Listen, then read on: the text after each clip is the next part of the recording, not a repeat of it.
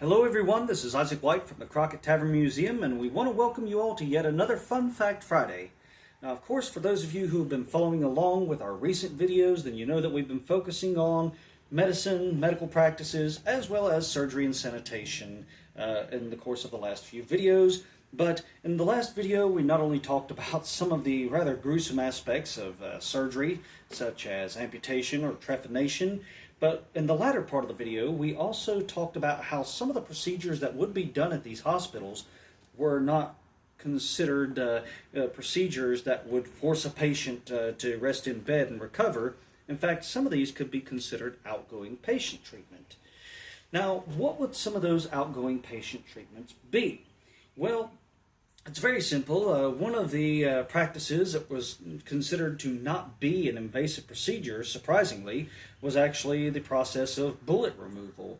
Now, of course, it depended upon where you were hit and to what extent the damage was done, but typically the way a bullet removal would go is simply like this.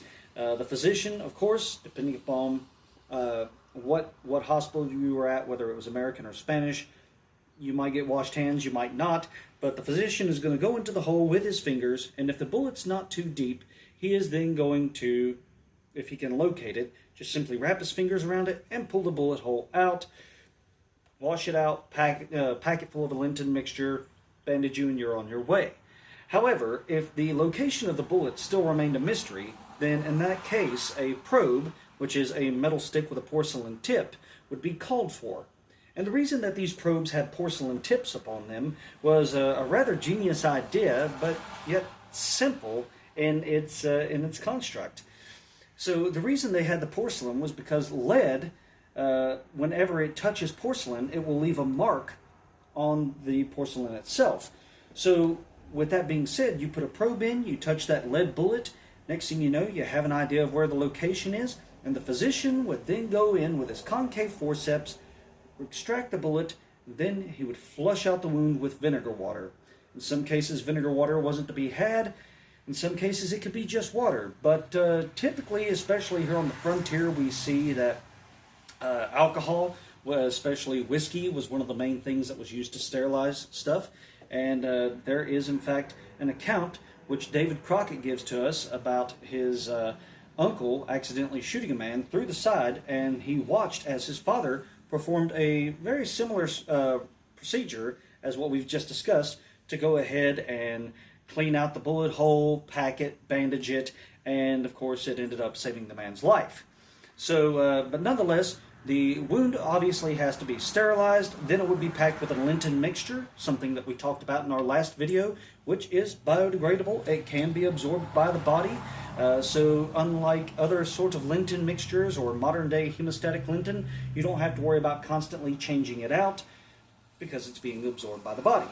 From there, they would be bandaged, and in a half-delirious, groggy state, the patient would be sent on his way. Now, another procedure that was considered outgoing patient treatment was the guillotine amputations, which were used for people who had infected digits, whether it be your toes or your fingers. And what they would do is they would take your hand and place it upon a surgeon's anvil or a metal block. And from there, they would go ahead and take an osteotome, which is a curved chisel with a razor-sharp edge to it. They would place it right behind the last knuckle. And then right before the physician was going to make his extraction, orderly or standing nearby would either make a loud noise or he'd drop something. And as soon as the patient turned his head to look, because he was startled, well, down came the physician's mallet onto the chisel, and off came that finger. Then, with his flat cauterizing iron removed from the fire, he would cauterize the wound, pack it with a Linton mixture, bandage it, and the patient was sent on his way. So these are just a few of the outgoing procedures we could talk about, but of course other procedures would force the patient to have to stay behind and recover in the ward. And we're going to talk about that in our next video.